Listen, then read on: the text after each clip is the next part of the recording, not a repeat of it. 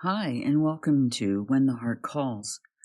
I'm Jasmine, and each week I share reflections on what it means to listen, soften, and allow what's true to emerge when we pause and start listening.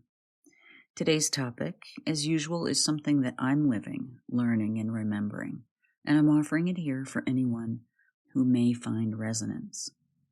So today's topic is on the courage to change. So what is it? Why is change so uncomfortable? Well, first, let's honor that the call to change is our soul seeking alignment with a truth that intellectually we may not know, but our heart knows.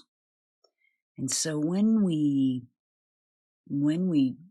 consider change, it often feels really uncomfortable. That's us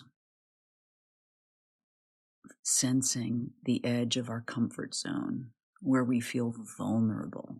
We feel vulnerable because it's not a pattern that we're familiar with. It's new to us. And that's exactly where we need to be to reinforce new patterns. So the courage to make change is taking a deep look and saying, what patterns do I keep repeating to stay in my comfort zone?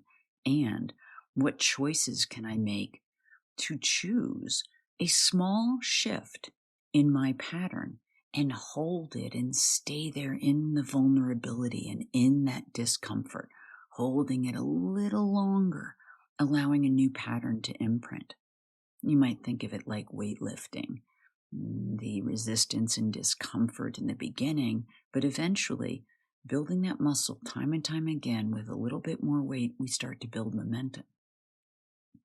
What I've been focusing on to shift is an old pattern of perfection paralysis.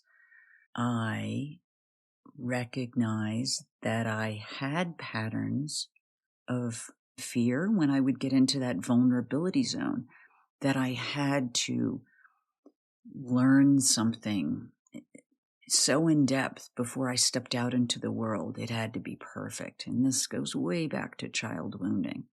So I'm practicing to overcome perfection paralysis by, for example, this podcast. I'm new to this. There's a plethora of online videos to teach you, of things you can read before you take that step of everything you need to set up. I decided it's like a child learning to walk. Do they really pull out a manual on the physics and biology and understand it before they practice walking? No. They practice to walk, they stumble, they fall down, they get back up, they recalibrate. And that's what I'm doing here. I don't expect this to be perfect. I expect it to be practice. But every day I ask, can I move the needle a little bit? Can I make micro adjustments? And can I be satisfied at the end of the day with saying, did I do better than yesterday? And may that be enough for me. So I have let go of taking giant leaps that are not sustainable.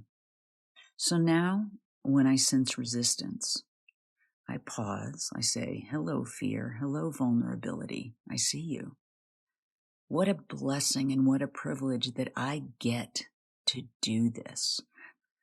I am healthy, I am happy, and I get to play. The mind shift for me is a devotion to evolution, a devotion to the joy of playing during this lifetime. And may that be enough for me.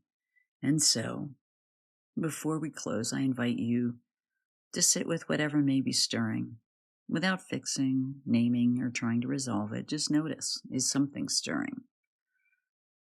Let what resonates stay and let the rest fall away. Thank you for listening. And until next time, listen gently for when the heart calls.